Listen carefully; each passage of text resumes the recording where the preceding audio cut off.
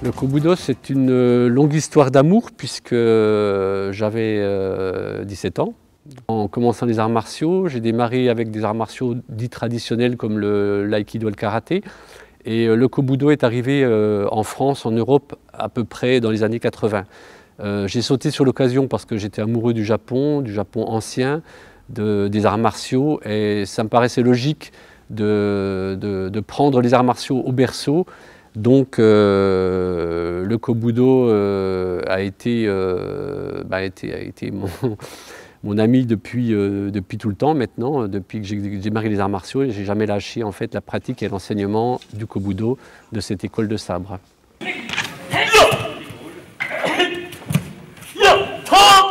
Alors je pratique le Kobudo, qui est une école de sabre qui date du XVe siècle.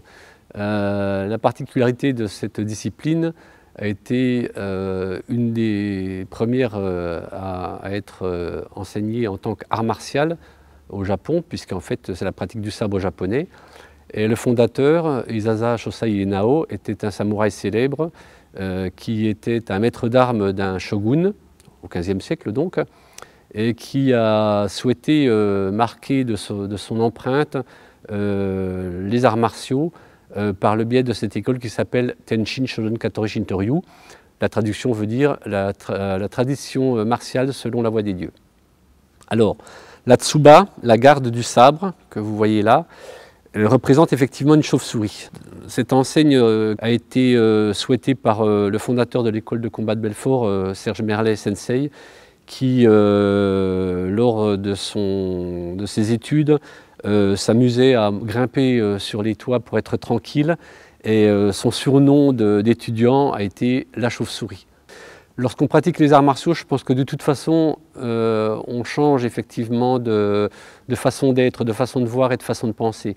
C'est-à-dire qu'on essaye de retrouver une paix intérieure, ce qui n'est pas toujours le cas, c'est vrai. La pratique des arts martiaux amène l'individu à voir la vie différemment, dans le sens où on se sent peut-être plus sûr de soi, on a moins peur de certaines choses, et puis prendre confiance en soi dans le sens où le danger, on le ressent différemment, avec une distance soit plus importante lorsque justement elle parvient comme ça du jour au lendemain, comme par exemple un décès, une maladie, etc. Parallèlement, on va parler un petit peu plus concret dans le sens où les arts martiaux, c'est l'art guerrier, lors d'une agression, quelle qu'elle soit, que ce soit une agression verbale, physique ou autre, on prend ça avec un petit peu plus de sérénité, on se sent un peu plus sûr, et du coup, encaisser les coups, entre guillemets, permet justement de mieux assurer la suite lorsque cela arrive.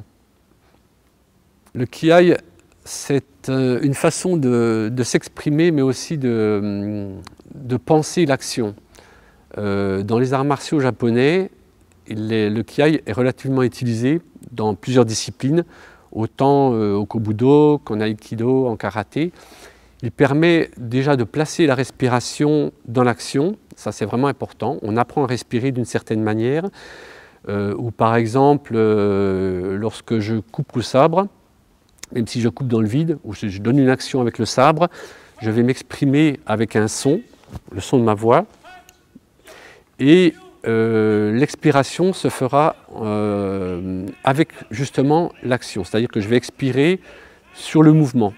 Ça me donnera une énergie supplémentaire par rapport à ma condition physique, à ma force physique, au mouvement que je vais donner, l'impulsion de mouvement de corps et de bras, et de canaliser cette énergie pour mieux l'exprimer et mieux la ressentir.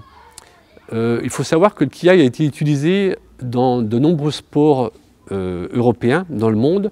Je prends en référence par exemple le tennis, où maintenant on voit les tennisman donner le kiai lorsqu'ils donnent le coup de raquette dans la balle.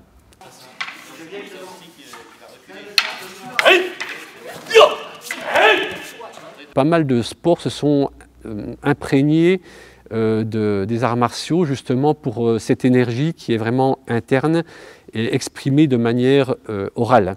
Aujourd'hui, le kiai est utilisé au quotidien dans les arts martiaux pour justement maîtriser cette énergie, mieux la canaliser, et puis permettre d'être sur la même ligne entre tous les pratiquants pour justement donner naissance à une énergie linéaire, voilà, dans la pratique des arts martiaux.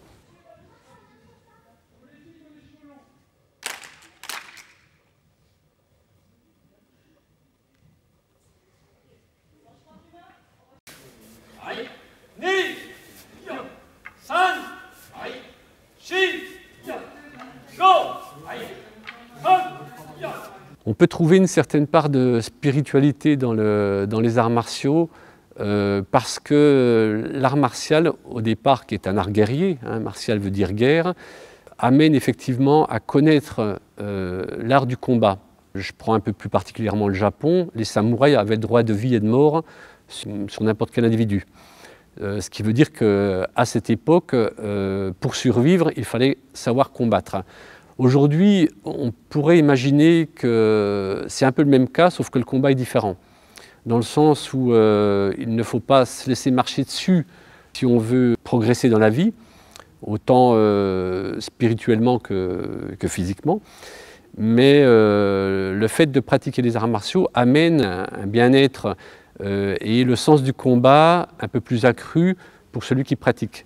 Pour remonter un petit peu le fil du temps et comprendre le sens des arts martiaux, la pratique du Kobudo, c'est un petit peu le berceau des arts martiaux, dans le sens où les arts martiaux modernes comme l'aïkido, le karaté, le jiu-jitsu, le judo par la suite, sont tous issus en fait d'arts martiaux anciens.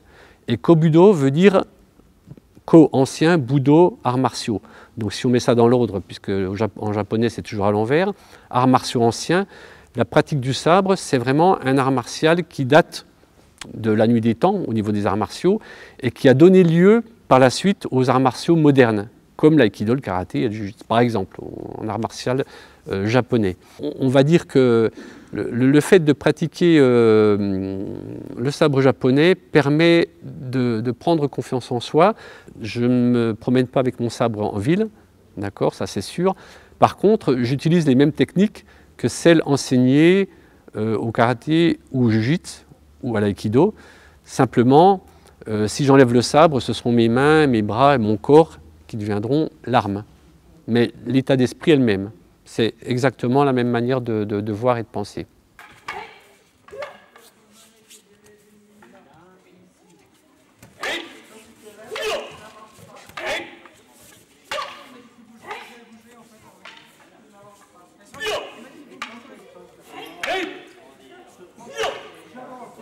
Hey!